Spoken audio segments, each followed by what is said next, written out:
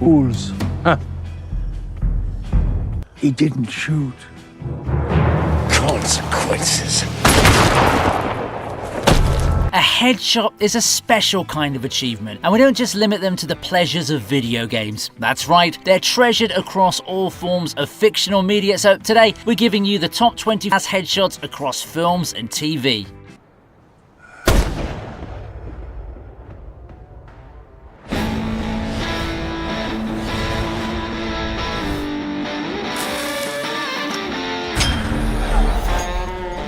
We're kicking things off with a moment when something else gets blown, contrary to what the victim would have hoped for. Yes, the very first episode of the Punisher series gave us an insane headshot that would make any sniper proud. Cleaning up the cartel would naturally have gotten Frank to put in his best work, but man, this was a whole other level of skillful execution. That dude must have been thinking he's going to heaven at that moment, but Frank Castle made sure he'd be going the other way after such a brilliant shot. Another fact to note is that Bro was pretty far off and still managed to nail the shot, which was largely possible due to the fact that he was using a .338 Lapua, which I've heard can be used even as far as 2 miles away. You know, I could totally see this playing out in a comic book. First panel would give us the bang, the next two probably wouldn't have a lot going on, but then the final panel gives us the payoff.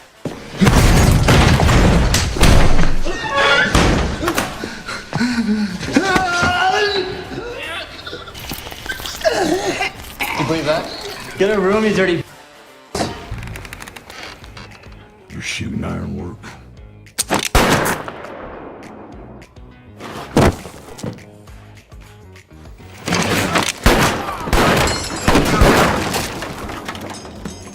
At number 24, we've got a whole range of headshots for you. That too from an underrated Coen Brothers flick. He's clearly an expert marksman, as we can see him wreak absolute havoc in the bar, where he takes down a whole bunch of dudes with two very prominent headshots. The one involving Clancy Brown's character Joe was freaking hilarious because of the absurdity of the whole thing, but most notably, the main headshot lands on Buster Scruggs himself. That mystery cowboy proved to be an even quicker draw, and I'm sure the last thing that went through Buster's head besides the bullet that killed him was the sudden realization that he screwed up real bad by not asking for a count. Yeah, this guy is like the dude that spawns when you take down too many NPCs in town.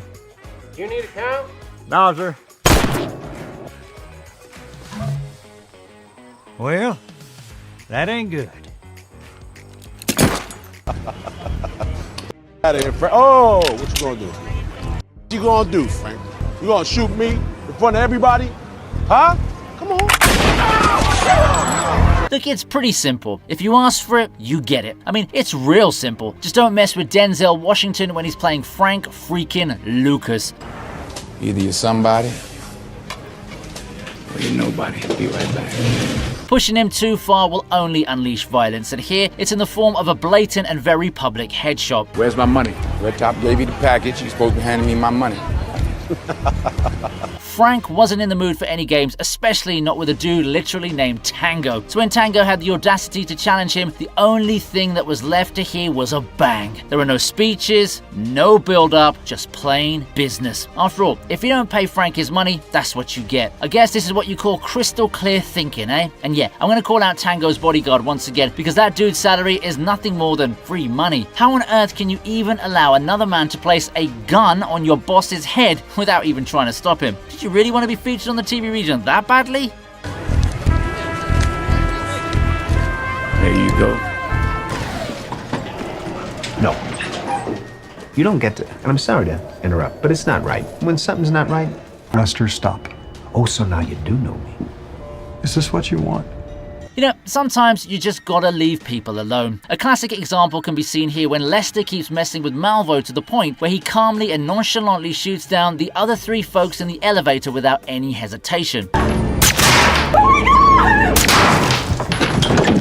Well, he did take some kind of confirmation from Lester before doing it, but that was primarily to ensure he could blame him for it afterwards. The look on Lester's face may have been priceless, although Malvo was more concerned about his former boss's expression. Funny thing is that Malvo wasn't even bothering Lester at all. Bro hadn't seen him for over a year and was quite content to just let Lester get on with his life, no questions asked. However, Lester just had to keep poking the sleeping bear, and now look what it made him do. I guess there's an important lesson to be learned here, you know? When a man who ends people for a living as well as his own amusement tells you to walk away without smiling, you do whatever the heck he says.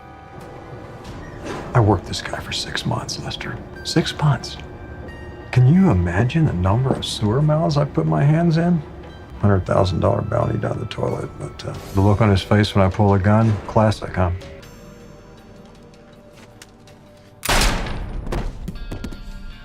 That using this makes me a weak man, and without question it does. But I am alive, and you are dead. At number 21, we have a bizarre way to win a karate match. I mean, even Ip Man would have probably shunned Casey away despite his own savage treatment of karate black belts. Anyway, this headshot is a bit too entertaining because not only was it a satisfying moment, it was also an abrupt one. This moment really caught me by surprise and is one of the best anti-climax sequences I've ever seen in a film. I didn't play by the rules, but there never were any rules. Everything builds to this moment, especially because of all the horrific acts that Sensei has committed up to this point. After Casey challenges him, you think you're just going to witness a cool martial arts fight, but then, out of nowhere, bro just pulls out a gun and takes Sensei down the good old American way. I was also surprised by Casey's accuracy because he hadn't really shown any kind of competence in anything throughout the movie. But yeah, I suppose bullets beat punches every single time, unless you're Saitama. I defeated him in unarmed combat to the death. In the tradition of our Grandmaster, I punched a hole through his head with my index finger. It was a move that only Grandmaster knew, but now I know it too.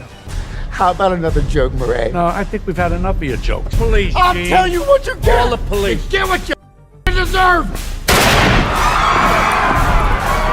It's time for another gotcha moment, and this time we've got Arthur Fleck doing the honors. This is from the Joker movie that's actually good, because as much as I wanted to like folie à deux, I just couldn't lie to myself. Anyway, here the Joker's doing his speech in front of Murray, and things go dark real quick.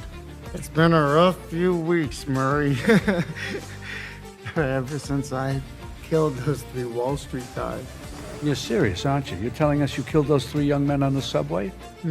But it doesn't end the way Arthur misled us to believe earlier. See, the audience was probably expecting him to land the shot on himself because of the rehearsal he did before the show. However, as his argument with Murray grew more intense, I suppose he changed his mind at the very last second and caught us by surprise when he landed a clean shot right in the head, thus giving us the trigger that kicked off the grand finale of the film. Maybe Murray should have been more like Jimmy Fallon and just fake laugh like a maniac when Joker spoke about ending those 3 Wall Street guys. Maybe the punchline was so out of pocket that it blew Murray's mind.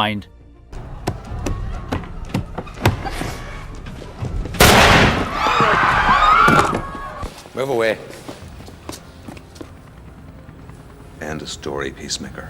Here's an unexpected happy ending that had people going crazy back in 1997. We're all excited to see Daniel Day-Lewis return to the big screen in his son's film Anemone, but before the days of There Will Be Blood and Gangs of New York, he also played the role of Danny in The Boxer, which is a pretty solid film. More so, the ending is what made it so much better because at this point, we're all thinking that Danny's going to be done in by Harry, and we're going to learn some depressing lesson on the inevitability of life and reality. But then the IRA dude suddenly shoots Harry instead. Move it. Which was one of the few times I actually rejoiced upon seeing someone shot in the head. Having said that, the TV region would like to request its viewers, please don't shoot anyone, anywhere, ever. With Harry gone, Danny could finally live a happy life with Maggie and her son, so all's well that ends well, right? Get away from here, Donnie. Alright, I'll call you back. Son of a... Honor! I can't fucking do it, Honor! What? What the did you just do? This list is making a habit of giving us surprisingly fitting endings. Uncut Gems will remain Adam Sandler's best film performance of all time, maybe alongside Punch Drunk Love. Howard is such a horrible dad, husband, businessman, and on top of that, he's also a cheat and a liar. So yes, his happy personality doesn't really make up for any of that, which makes this an appropriate ending for him. Sure, he won over $1 million, but who's to say he wouldn't have gambled it all away anyway? For someone as self-destructive as Howard, this really was the best ending he could get. Bro died a happy man, knowing he struck the largest jackpot in his life. At that point, he felt like he went to heaven. Oh my God! Howard, did we just win? Oh my God, are you kidding me? I love you. I love you. I love you. I love you. I love you. I love you. I love you. I love you. And ironically, the next second, he literally did. Although I'm not sure if God would have sent him somewhere else based on his past actions. Also, shout out to Phil for giving us 2 headshots here, including that of his own boss, Arno.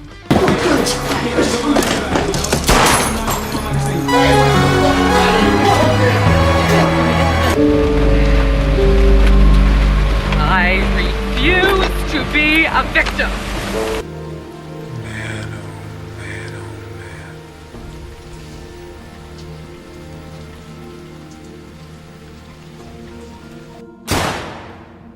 Sometimes there's beauty even in death. That's pretty much how Lester found out, although it was a bit sad to see him go, considering he could have turned his whole life around after this. His attraction towards Angela isn't something I'm ever going to justify, but from an exploratory view, it does give us some insight into what was going on in his mind, considering how bland and unsatisfying his life had become. Rejecting Frank's advances was what led to his own death, and I like how Sam Mendes portrays the whole event, never showing us who did it until after the scene. It's ironic because a man who was ignored his whole life had suddenly become the center of attention during his final moments, albeit for the wrong reasons. You know, the older you get, the more this ending makes sense. There's so much beauty in the world, and at the same time, it's easy to get distracted and lose sight of it too.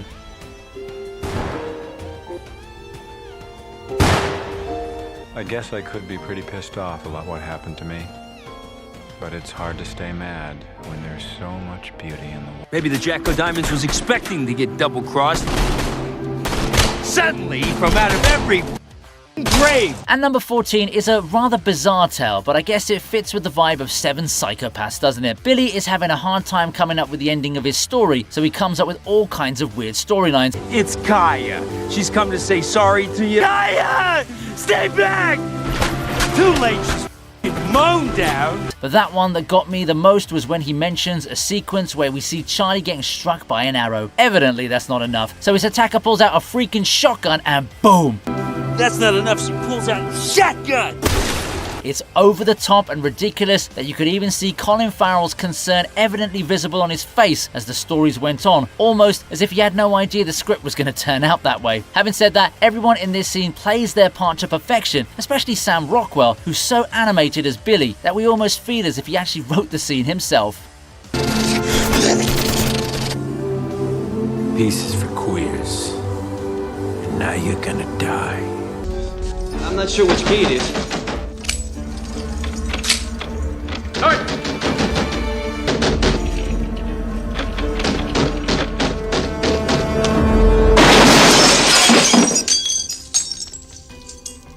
At number 12, Samuel Norton punishes himself, and rightfully so, because how on earth can you be a prison warden and turn out to be the most despicable character there? The Shawshank Redemption is a legendary classic when Warden Norton's demise is one of the most satisfying sequences in the whole film, considering how super corrupt he was. Man, I love how Andy sent the evidence to the press instead of the police. He knew the reporters would immediately release a story on it, and Norton would be in some big trouble. The build up to his headshot was pretty intense, with some kind of ambiguity lingering right until he decides to punish himself for his own actions. I don't want to celebrate such things, but in the context of this story, it did seem like an easy way out for Norton. I like to think the last thing that went through his head, other than that bullet, was to wonder how the hell Andy Dufresne ever got the best of him.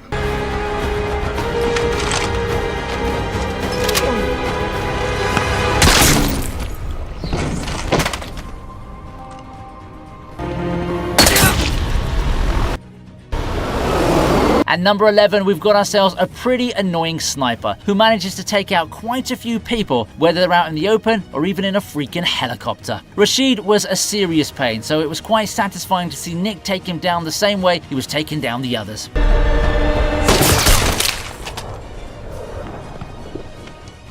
Yeah, it so happens that she's the star of this sequence of scenes because Tyler's already incapacitated after all the stress he's had to go through in the film. Oh yeah, I also want to mention the scene where Nick shoots Asif in the washroom because that really felt liberating. And with all that in mind, I can't wait for Extraction 3 whenever the heck it releases on Netflix.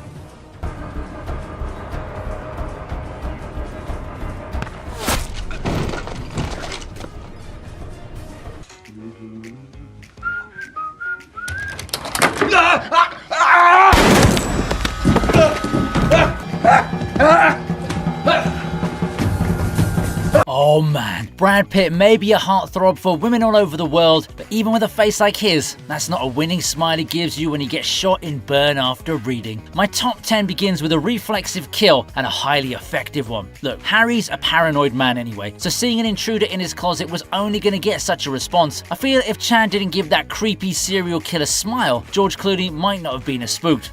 Maybe that's why there was no Ocean's 14, hey? Also, naming Brad Pitt Chad was probably one of the most on-point decisions the creators made in this movie.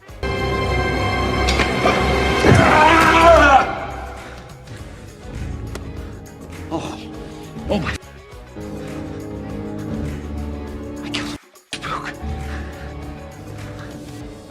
are you doing here, you?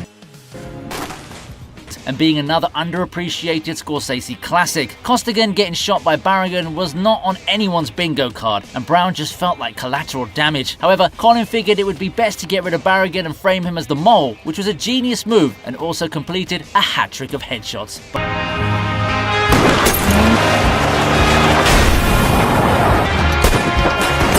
Here we have a crazy final shootout, which is the second entry from 7 Psychopaths. Funnily enough, while the earlier entry was narrated by Billy and involved the death of Charlie, this one's in real life and involves Charlie getting rid of Billy, and it's hilarious that the dog's just sitting regally throughout the shootout. It's jammed sometimes. At the standoff? At the standoff! Your little gay dog's little gay head's gonna explode. He doesn't have a gay head. Now, my main attention is definitely on the final shootout, mainly because of an excellent performance from Sam Rockwell. Those 2 headshots right off the bat really did set the tone for the movie and the craziness it unleashed upon us. 2.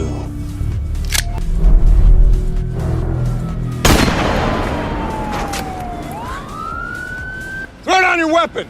Hold on, Jimmy, let me see those hands right now! I surrender! Now we've got Hawkeye feeling freedom right before the end. It's kind of funny that he goes out with a precise shot to the head, whereas his MCU character is known for that exact kind of precision. Coughlin wasn't going to go back to prison, so death by cop did seem like the best way for him. But the fact that this happened right in front of Doug's eyes really made it more impactful. The best part to me is when he takes a sip of the soda, knowing very well it's going to be his last. It's a badass moment and an oddly dignified way to go. I also just wanted to shout out that crazy garage shootout too, because that was a clean headshot as well. They're 300 US. I told you how much they cost. Well, I don't have 300 US. They're 300. You don't have 300, off.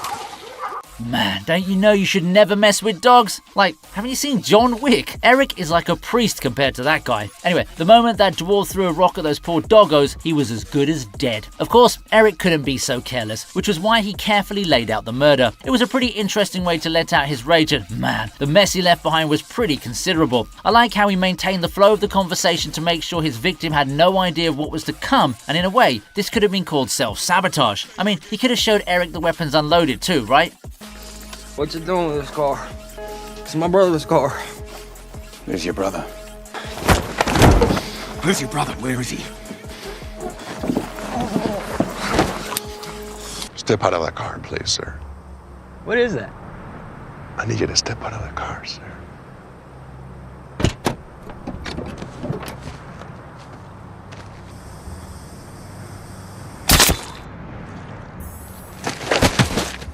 At number 4, Anton Chigurh shows us that all you have to do is hold still and die. The unsettling tone of this scene is what elevates it to number 4, because Javier Bardem has such an eerie smile on his face that we really don't know what his next move will actually be. Even the way he asks him to hold still is so nuanced that he got an absolute stranger to listen to him, thus contributing to his own death. Yeah, I ain't ever holding still for anyone after watching this scene.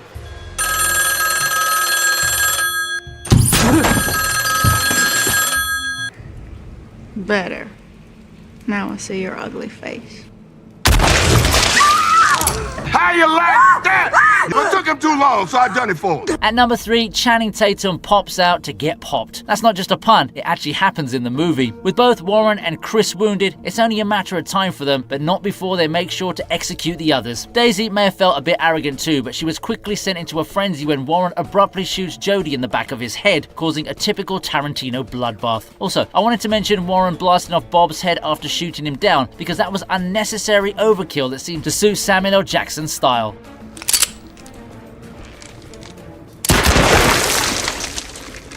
4 measly bullets, and there goes Senor Bob.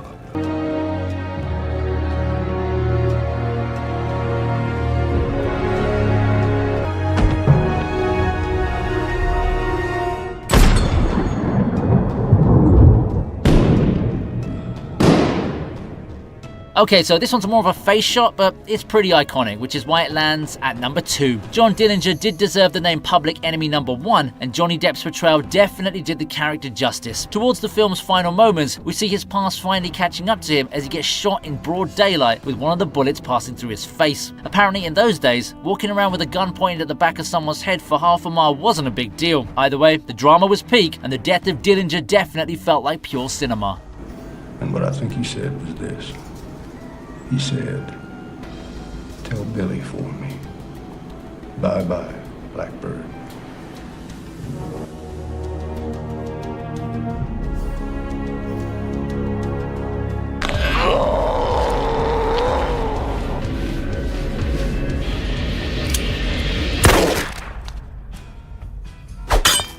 Listen, I get that a bullet may mean a quick death, but maybe take the easier route when you're up against Hank. Our favourite cop battle against the Salamanca twins was an epic display of action and stakes, with Hank emerging victorious due to an error in judgment by a bro who wanted to properly avenge his other bro. Well, all that happened as a result was that both bros got to be with each other in the afterlife. But man, Hank trying to load that one bullet with his slippery, bloody hands was one of the most intense moments from the series. That's why it takes the number 1 spot on our list today.